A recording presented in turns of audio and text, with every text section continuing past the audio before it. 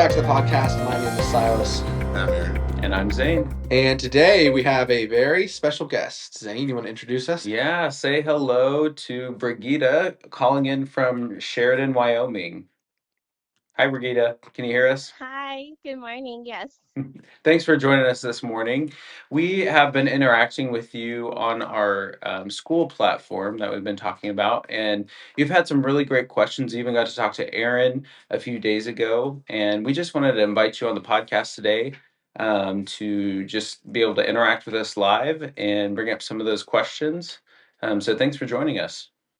Yeah, it's a pleasure. We always say that advice is great, but every situation, every family is very different. And so specific advice is even better. So this hopefully can just be an example of how that specific advice looks different from generalized practices. So can you tell us how many kids do you have? How old are they? And a little bit about your family and background. Oh, sure. I have 5 kids. They're currently 15 to 5 with some birthdays coming up. So my oldest will be 16 next month. And then I have a 13-year-old, an 11-year-old, a almost 8, and then my little 5-year-old. That's a big range. It's a Good for you. right there. How many Yeah. are boys? How many are girls? I have boy, girl, girl, boy, boy. Before my youngest, we said we had a sandwich, and so our youngest was our olive on top if you had a fancy sandwich. Did you name them Olive? No, Okay, good. Should have. he's Luke. I think Luke's a much better name than Olive. I don't know. So we have that out there. Yeah. And are they all homeschooled, or what do you guys do for schooling? We've done a mix over the years. I'm a homeschool graduate myself, and we've done mostly homeschooling. We've tried a private school once or twice, and then just end up bringing them back home. It's never as good for us as the home education. So this year they're all home, and so I have high school and pre-K through pre-K. Okay, so you're busy. Yes. A lot going on. Brigida, do you have are you involved in like a homeschool co-op, or do you have other moms or resources that you're using for your curriculum? You said you're now doing some high school as well. Are you putting it all together on your own, or are you part of a group? There is a homeschool co-op that does a drop-off model, Yep. and that one is one afternoon a week, and it's more like extracurricular topics. And that one more fits my junior high to elementary. It doesn't really fit my high schooler. And then we utilize a local preschool 2 days a week, so we have a few hours without the youngest one around. And my high schooler is currently enrolled in an online Veritas Academy, I think. Yeah. Mm-hmm. And so he's taking writing. Writing seems to be very personal, and none of my kids, when they hit junior high school, wanted me to correct their writing. So he's enrolled in writing and omnibus, so history, Bible, literature. Sounds good. That's awesome. That's sweet. All right, Next question. off. All right, so Brigida, you had some questions for me the other day, and we spoke for a while about just discipleship and how that looks in different books. Did you come up with any different questions, or would you like to ask maybe the same question or a nuanced question this morning? Yeah, I had the first question was starting intentional discipleship, I would say. Right. We've been teaching, and they're growing up in a Christian home, but just the more intentionality has been lacking. And so my big question was, where do I find quality depth resources for parenting this teen stage? We had a rough transition. We weren't prepared. So where can I grab something now for ourselves and for our kids? We have our oldest is a son, and then our other teen is the daughter. And so just kind of going, there's so much watered down, and it's frustrating. Yeah, for sure. So I'd recommended when we spoke, there's an interesting thing happened. So we talked about the idea of using thoughts for young men to just jump into in terms of with your son. as a book that he can read ahead of time. And then we even talked about using Chat GBT a little bit for coming up with some good Mm-hmm. summary questions. And then you said that your husband actually, if I'm remembering correctly, kind of went off on a little different tangent when he realized who J.C. Ryle was. And what did you say that was? J.C. Riley had a parenting book Yep. that was very straightforward, cut to the chase, and my husband appreciated that style. Yep. And so he was all excited. In fact, last night, not knowing about our conversation, he's like, "Did you read that chapter I suggested?" So he's plowing his way through it. And Good. so the parenting book was great. And then Apparently, I still yes. have to read it. Well, it's kind of a bigger one, and his style of writing, I like it as well. But he might not be as easy of a read as some. Like I mentioned to you the idea of Reb Bradley's book, Child Parenting Tips, and I don't remember how many podcasts you've listened to or whatever. But we say it on here pretty often, the whole like 80-20 rule or 70-30 rule or 40-60, which is just the 80-20 would represent, okay, 80% it's great stuff. We agree with it. I mean, who cares if we agree? But 20%, take it or leave it, right? And when your husband's reading the J.C. Ryle book on the parenting, or if you're going through Thoughts for Young Men, or maybe Future Men by Douglas Wilson, or something that's hitting the age appropriate and sort of maybe the gender of the kids you're working with, you're gonna Hmm. find stuff that's like, I don't agree with this, or this doesn't really fit who my son is. He's a little different. That's not a Hmm. problem, right? We just adjust. So the hard part is, and like Silas said this a minute ago, which is why he asked the names and not names, but ages of your kids. Every family is a little different.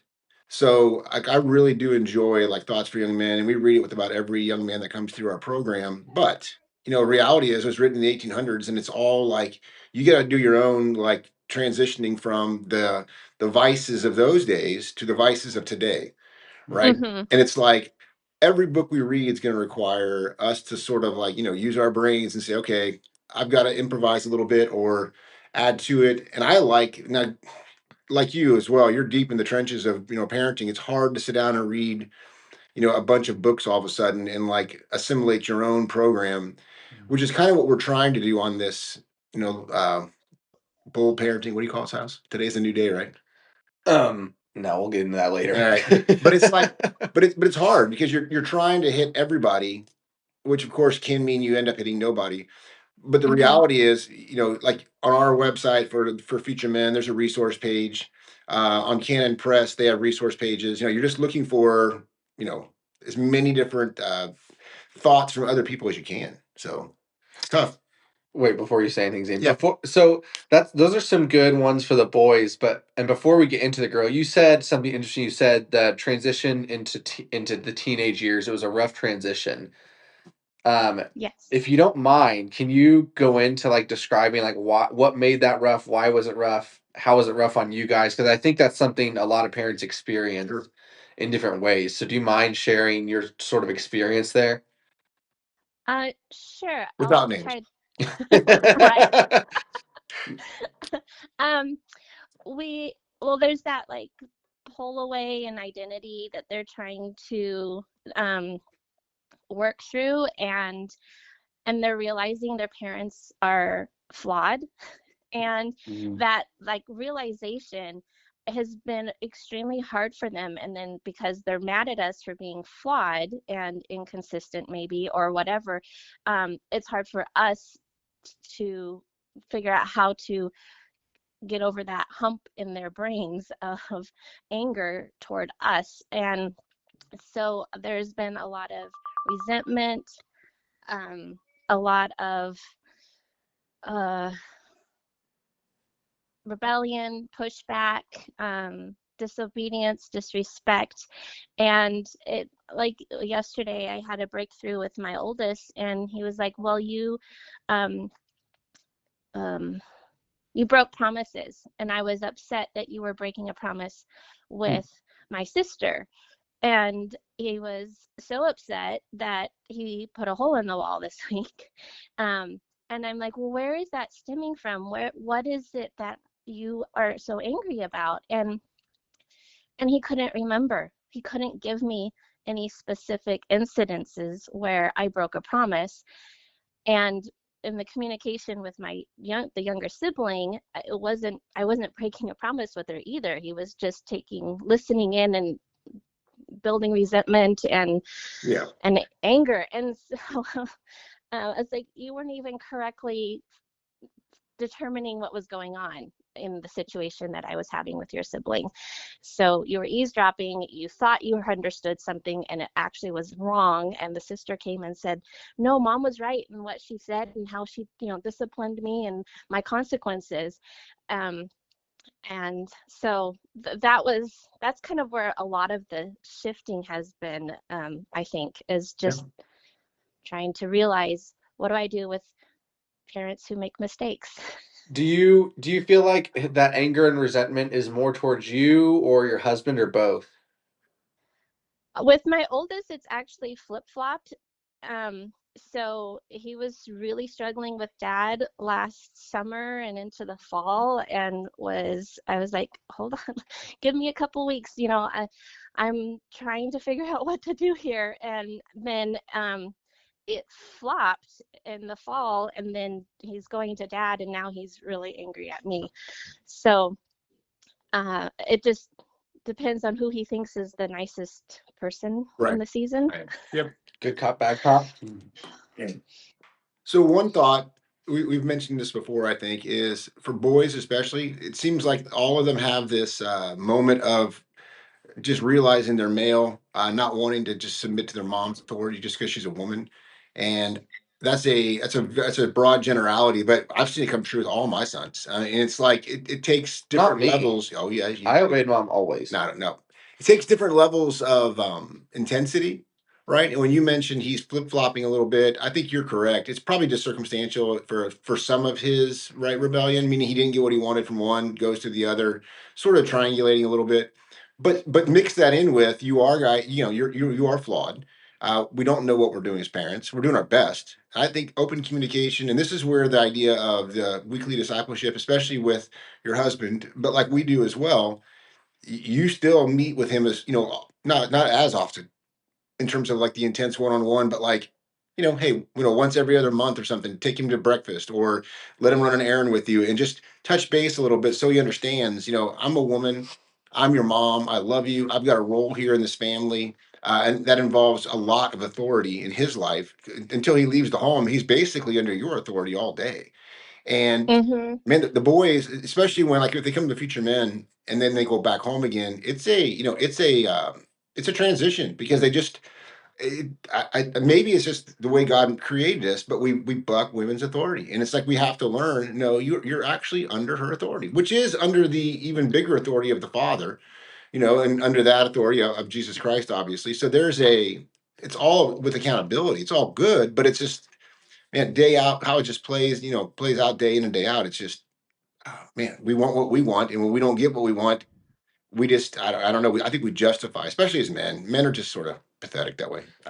Brigida, Prideful. you mentioned you feel like you guys were unprepared walking into this season, and you mentioned some of the behaviors, and I'm just curious because Aaron just mentioned that intentional discipleship time. Have you guys worked that into your relationship at this point, like meeting intentionally at regular times, or have you guys tried anything along those lines yet? Um, no, because I like structure, and I didn't know what to Yep. do with him. Yeah, yeah. Um, and and the anger was pointed at me. Mhm. And hopefully with the breakthrough we had yesterday, he would be more open to that. So it hasn't come in, but it was something that I tried to set up when he was like 8 years old, like the weekly date with mom. Right. And it fell through to a variety of circumstances, and it broke my heart, and I didn't know how to fight for it. So it has always been on my mind. And then we hit this window, and I'm like, this is why I wanted that already instilled, and kind of grieving that loss of time. Um, but yesterday night, I was able to connect with someone in our small group and ask if he would do that. And he's going to start meeting as the male figure with my son on Friday afternoons. Oh, great. Yeah. So is there, for you, I think you might have told me this, his father, why is he not, why another guy? Why not him? Why not dad? I mean, both could be great, fantastic, because many men, I mean, that's even better, but like, is the dad also doing this? I think my husband's kind of at a loss. He didn't have a Yep. father in his life um, to lead and guide him. Yeah. He was present, that his parents are still married, but there wasn't that investment into Yeah. him. He was absent. So So I with would that, just, he's at a loss, yeah. So and his do it anyway. ideas are kind of I don't know, they're not one I'm wanting to like push to the front either. Yeah. So If it's possible, because I think you guys have listened to some of our stuff before, because you've mentioned some things that we've said.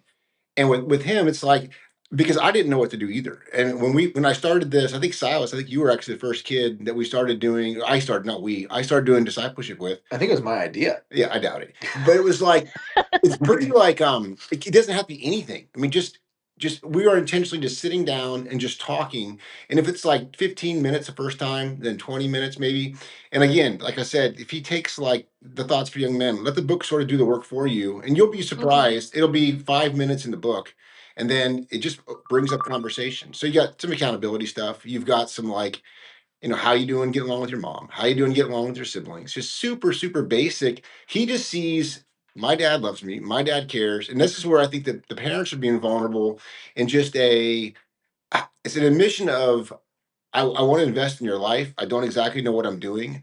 I think that will take some of the anger away. Now, when he doesn't get his mhm, way, he may fall back on, you don't know what you're doing anyway, or you didn't say that the other day. And it's like, whatever. He just wants his way on certain things. We all do. But I think over mhm, time, you'll start building credibility with I'm making the attempts. And I would say with like the other guy, I mean, I love it when like my son Nazareth, he was still living at home. He was, I think, 17, maybe 16. He started meeting with some of the mentors that work at Future Men. And then like last year, he was meeting with Zane.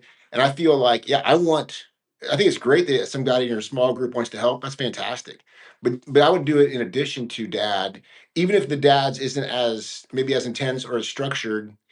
The son seeing, okay, there's this effort here for me, right? And the dad mhm, wants to do his role. I think that's going to send a huge message to him of just, we love this. This is our job. We're not going to abdicate our authority. We will add to it because my goodness, none of us know. Man, I love it. Like when I know other men are pouring into my kid, that's the best. That's absolutely amazing. Even if they're kind of wrong in some of the things they're saying or brings up controversy, it's like, okay, great, we can talk. Mhm. But I think it's helpful. So We talked about on a one of our podcasts recently how it may feel awkward, especially if yeah. you've never done that. And I could imagine with what you said about your husband, that not being modeled to him is going to be difficult for him to kind of step into. But our encouragement was do it anyway, be consistent, even if it feels awkward, even if it's hard, even if you feel like it's not working for a time, because they actually respond really well to the consistency.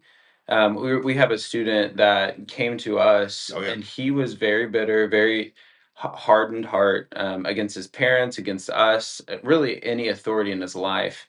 But we really attribute one of the biggest things, tools for change in his life, which he has begun to open up. He's begun to become more soft hearted towards his parents and towards us.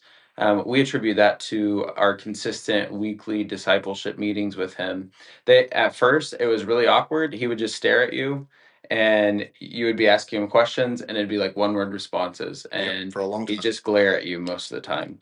Um, but what it seems like with him and with a lot of these kids is they don't really think that this is you actually care or um, it's something that's going to last. If they can just kind of dig their heels in, then you'll leave them alone. But if they realize like this is something they're serious about and they're willing to invest the time and make this a priority, which is what consistency says. Like I'm making this a priority every week to do this. It's sending a message more than anything they're actually saying, I think, in the discipleship Yep. meetings. Like the content does matter, but I think more than the content, it's just that communication of this is our time, and they can expect it weekly. So Just to, wait, as a kid, just to maybe. say, yeah. Yeah. So just to sort of give a little bit of perspective from the kid's standpoint, like when Dad and I started meeting, I would say I wasn't super prone to like anger or bitterness, but I definitely had some. I feel like every kid probably has some. You 'Cause had you're always yeah. Oh, okay. Apparently, I had a lot. Sorry. um, but I do know that it was massive for my relationship with Dad, just because it grew us closer. But it also opened my eyes. I would say if I gained any, I mean, I gained a lot from that. But I really gained that what Dad would say is like he's like, I'm clueless. Like I don't know. And that helped me realize like why do I have this expectation of my parents to know everything and to parent me perfectly? Mm. And I think, I mean, I didn't get that the first time. It took years, right? But then it also really helped me with my relationship with Mom because I could talk through it with Dad and be like, yeah, we talked and she really frustrated me because she did this. And then him being able to walk through that with me from his standpoint of being like her husband and obviously loving her and knowing her really well helped me have a lot more empathy towards both my parents. And I mean, Dad and I had a conversation yesterday before our podcast about like Mom and I didn't have conflict, but we just disagreed on something, and we were kind of laughing about it.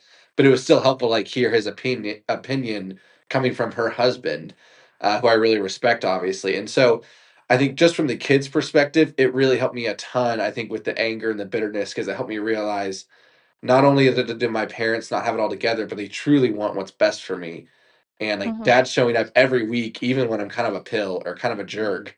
He still shows up and we go to Taco Bell. Like he drives into town and takes a lot of time out of his busy life to come sit down, even though I know he's got 9 other kids at home right now. And so I think it's super helpful. And then, but really quick, Zane, you said this kid opened up. How many months was he at Future Men before he opened up? I mean, it was probably 5 months. Yeah, like it takes a until while, it started to. or it can I take mean, a while. there depending on was the kid. there was definitely some progression throughout that time, but really before It was like, slow wow, with him though. Yeah. this kid is really coming around. It was probably 5 months. And then wait, just to say one more thing super Yeah. quickly, Zane, you said we mainly attributed it to we were consistent, which is very true, and I think that is a huge part. But on top of that, you're also would you say your son's a Christian or would he say that? Yes. So I He think really wants to do what's right. and that's a huge part of it. And I think we do attribute it to consistency, but we really attribute it, I mean, To their truthfully, faith, majoritarily yeah. to like the Holy Spirit convicting them. And sometimes that takes time. He's going to do that through you guys showing up consistently. But don't feel the need to put it all on your shoulders that he's like perfect. Like Dad always says, like just show up. The Holy Spirit's going to bring the truth back to their mind in the future when it matters. And these kids, Virginia, just to encourage you, they're like this particular young man we keep referring to. He came in saying not a believer, and then within like a month and a half, it was like, well, I probably am. I'm just mad. And then it's I think it's like he's trying to figure out his faith. And your son may be on the same page. He may be trying to figure out exactly what he believes, and is this mine or mom or dad's. But in our meetings, this particular young man's discipleship partner, when we as directors are assessing each week, okay, how are they doing? What's going on? One of the things we talked about was you got to make sure he's got material to cover because the kid isn't gonna he wouldn't talk for a while. When I say wouldn't talk, it's not like he sat there, staring out into space. It would be like Zane said, one word answers, very limited, effort, and it can be super frustrating. Or sometimes it would just be complaining the whole Yeah, time. and It wasn't constructive. a dad or even this mentor might feel like you're not worth it. Just give it up. But reality is, don't, right? And because we're, this is what we do. I would say, bring your questions in. Go through the, even just go through the motions, sort of, have a good attitude, pray with him, encourage him, and then just be done. Go about your day and act like, hey, this is all normal. Because if you make a big deal out of him not participating, all it's going to do is make it worse. So just keep making the effort, keep trying, and again, you're faithful before Christ. That's what you're called to do. Not successful Mhm. necessarily. We pray for success. Oh my goodness, but faithful is the main thing. So Can I ask you? So did you say yesterday was when he punched a hole in the wall? I believe that was Monday, and then yesterday I was able to have a breakthrough in reaching his heart, And which what was did that super look exciting. like? I listened. So on Monday evening, I just said, I want you to know that when we believe lies that the enemy tempts us with, and we choose to believe them, that we give territory and ground to them to like create a bigger mess in our lives. And so this is when you confess that you've partied with this lie and bring it to the Lord, then you have the right to um, hold your own territory and clean up the mess. Yeah. And so so I like laid that foundation on Monday night. And then Tuesday, he hadn't apologized for anything, and I was like, let's have a talk. I'll postpone your math due dates, you know. And I just listened, and I was like, well, why did you punch the wall? I wasn't even discussing things with you. And then he shared I was angry, as I mentioned earlier, making assumptions about my conversation with my daughter. And so I was like, well, why were you angry? Well, you break promises. And that was another promise. So I was just listening and listening. And so then I was like, well, what? I'm asked for forgiveness for breaking my word. He didn't have any examples to hand to me, but it's definitely within a lot of reason that I had, for sure. So I just asked for forgiveness for that. And then he began to open up with, well, Mom, I was pretending the wall was you. Well, Mom, and just was breaking open more and more of his heart of where he was. Um, and then he said he was sorry, and then he ran and jumped into my arms, and we had the longest hug, and I'm crying. That's good. And then I was like, okay, I love you, and I definitely forgive you. I'm sorry. We talked yesterday. Can you spell out what your offense was and what you need to tear up the contract, the agreement? And he delineated it beautifully. I was wrong that I did this and this and this, and I don't want to do that. And will you forgive me? So That's fantastic. That's awesome. Yep. Your humility is probably like the key in that. Just in my opinion, at least. That's awesome. What? Saz has a question. Okay, so I could be totally wrong, but in the moment when he punched a hole in the wall, because it ended beautifully, and I think what Dad said about your humility and you saying, like you can't even point out a specific example, but you know what? I'm gonna ask for forgiveness because chances are I have broken a promise, intentionally or unintentionally. Like your parents aren't perfect. We're definitely not. In the moment of, you said you wrote out a plan for what happens next time. Is that what you said, or did I no, mishear that? I totally could have made it up in my head. you made it up in your head. Okay. Sounds like thanks for calling. Yeah, that sounds right. So my only question is, so Dad, let's say this were to happen again. Mhm. What would the recommendation be? Like, and now that it's happened now, like what would the recommendation be going forward? Like if it happens, who deals with it? How do they deal with it? And should we have a standard in place of, hey, if this, obviously, like we're good, you're forgiven, we're forgiven, we're talked, everything's good, but we're also gonna like set a standard in place. So if this happens again, we know what's gonna happen after that. Yeah, so that's actually a pretty good question. So Rashida, this is kind of funny. You said you ran and jumped in your arms. I want to see your arms. If he's a It's a 17-year-old boy. yeah, he jumped in your arms. You're a pretty strong woman. I was on the couch, and Okay. he kneeled down in front of me. I'm only 5'3", so I'm just teasing you. small But woman. reality is, Silas's question is good. So this is where the dad comes in. And this is an awesome discipleship moment. Yeah. So in our family, there are certain like sins which separate. And by that I just mean the dad's got to step in. He's got to do his role of protecting the family. So like pornography separates because you can't trust your daughters and wife, to be around a kid who's consuming pornography. Violence separates, whether that's violence towards your house, because he said, right, I'm visualizing you, and it's like I've heard that before in kids. Well, that's, I don't want my wife ever getting hit by someone. Pushing, right, shoving, threatening, yelling, raising his voice. Theft separates. When I say separates, now it's like, so the dad would say, hey, to live under this roof with my charges, my wife, my children, we have to know we're safe. And when you cross these lines, you're showing your emotional like regulation may not be safe. That's something that'll separate for a while, and it could be like, he's out in the, in the garage, or he's in a, he's in a different part of the house that's like doesn't have access to the rest of you guys for a very brief moment of time. Like one of my oldest sons was like, we found some pornography in his room one time, and it was like a, you know one, just it was like just a brief separation for like a day, to understand this is what losing your family could feel like. You don't want to lose your family. You don't want to be like where we can't trust you with your siblings. But violence and, and just sexual predation, those things, I can't trust you with my family. So he just needs to have a very clear, you can be angry, you can talk to dad and mom, you can like, we'll work through this, but taking it out right on the house or on your mom or on your siblings never is going to be acceptable. So he just has to know there is going to be a repercussion. And if he's big enough, sometimes you just have to call the police and just say, we need him removed from the home for today or for tonight. Sometimes programs are in order, things of that nature. But like this is just, again, he punched a hole in the wall. A conversation where he understands the parameters. At Future Men, we have like in our policy book, there's a range of consequences for all the different offenses a kid can do, right? And that's what your husband will be explaining to him. This range of, did you roll your eyes or did you walk away from the conversation? Did you raise your voice or did you just, did you cuss? Did you push? Did you shove? What's the range of his reaction, right? And Right. again, he's good now.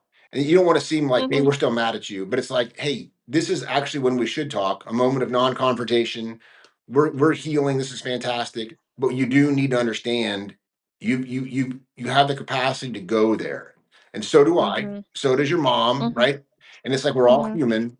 But just so he understands these kind of sins can actually really do damage to a family, and we have to be careful. And we have to really like, Mhm. avoid these. So is that what you meant, Silas? Yeah, I think what it does for him, at least from again from the kid's perspective, like growing up, pretty much anything we did that we had to have like disciplined for or ask for forgiveness for, whichever parent was there or sort of like got you at the time, that's who you usually apologize for and who dealt with it.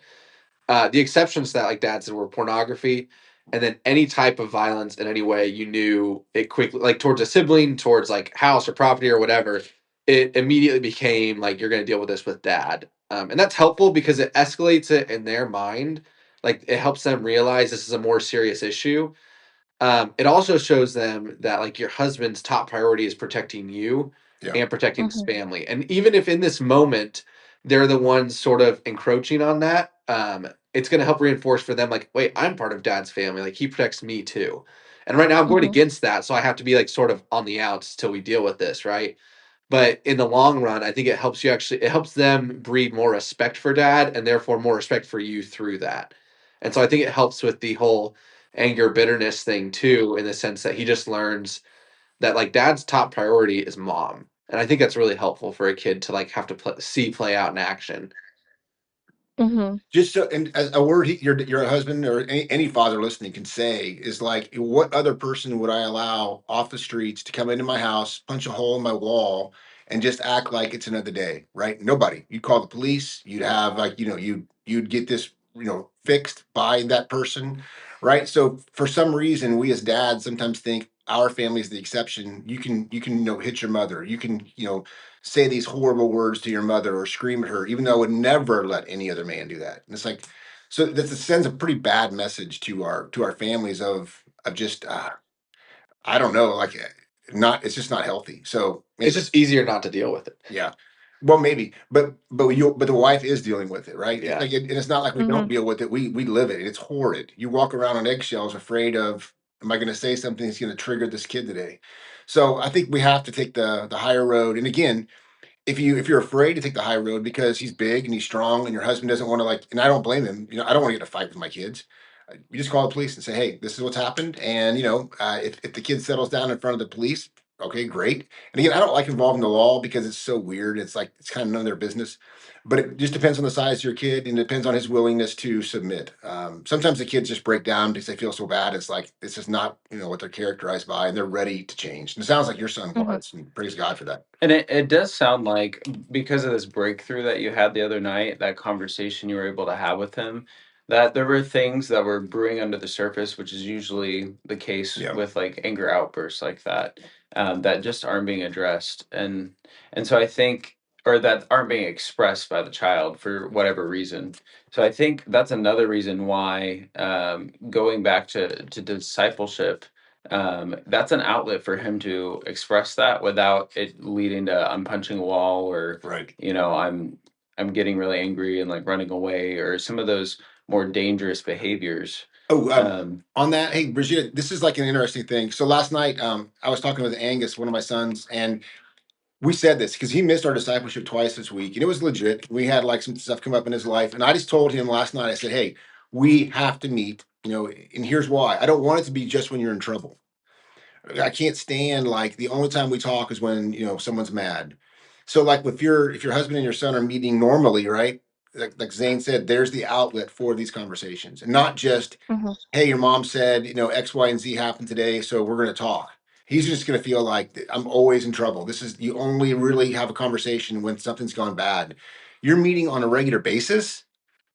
It's just like you've got good communication. It's like a good boss, right? You're doing reviews, you're doing you talk to your employees, not just when you're going to fire them, or not just when they've failed you, but like all the time. Like Zane, you're a good employee, by the way. oh, thank you. Does that make sense?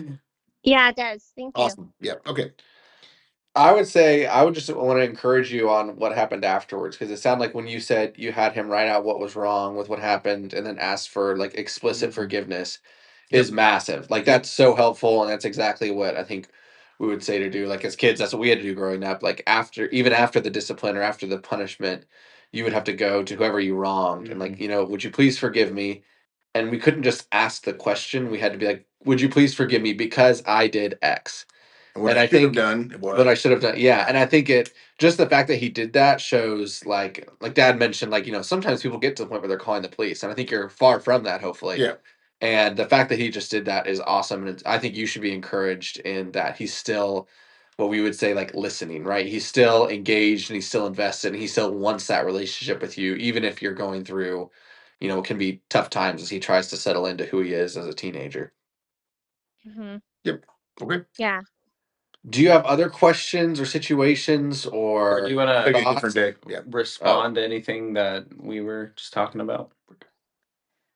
I really appreciate the encouragement to be consistent, and that's the like love language. My son appreciates quality time.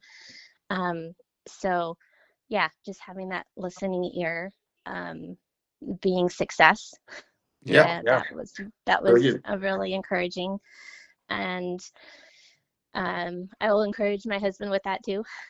Yep. Just being consistent, scheduling it, carving it out. With the kids older, it's a little easier to step away because there's the babysitter for the youngers. But Yeah. so yeah, we're in a little bit different season than we were 7 years ago when they were all Oh under yeah. 8. Yeah. Yeah. And Brigitte, on that one, man, just hang in there because yeah, the first few years it's all physical. It's all just, you're tired, the house is dirty. Then they get older, it's all emotional.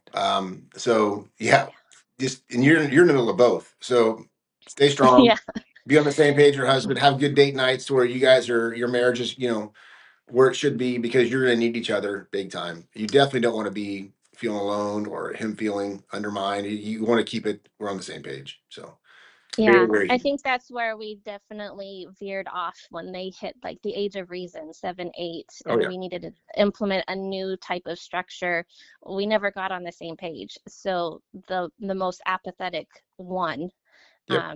And so that really caused a lot of challenge and set us back. So Well, I'd say yeah. you're catching it when your oldest is only 15. So you still have a lot of time and you're doing there's like, plenty of time. I think you're doing the right things. I mean, you Yep. caught it really late. Yeah, we caught it with Thanks House. But Silas was he was going to I mean, I was college. 5 and I was I know 18. the first 4 are like screwed up. So if you're listening, we're so sorry. Oh, that's funny. Live and learn. And I just want to say, I do remember how your name's pronounced, Brigida, right? Ooh. Yes. Dad doesn't. He said the Same. wrong name like 6 He said times. the wrong name Yeah, like 3 or that's 4 how I times. remember it. So. Sorry, Brigida. You call me wrong if you want. So In this whole community, you can just like include the Capitalize the pronunciation G. with your name, so he remembers. and I'll still do it wrong. Yeah.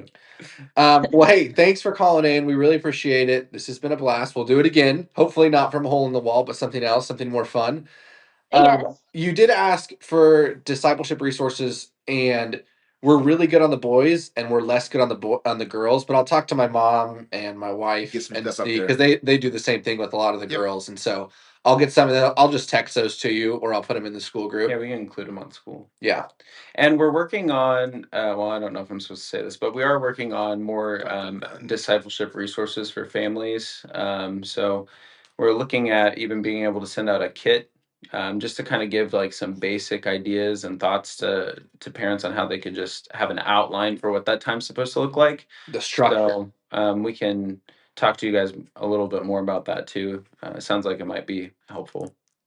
Yes, very helpful. Thank Awesome. you. Okay, awesome. Well, thanks, Brigitte. You have a Yeah. wonderful rest of your day, and hopefully we'll talk soon. Thank you. Have a blessed day. All right, bye-bye. Bye-bye.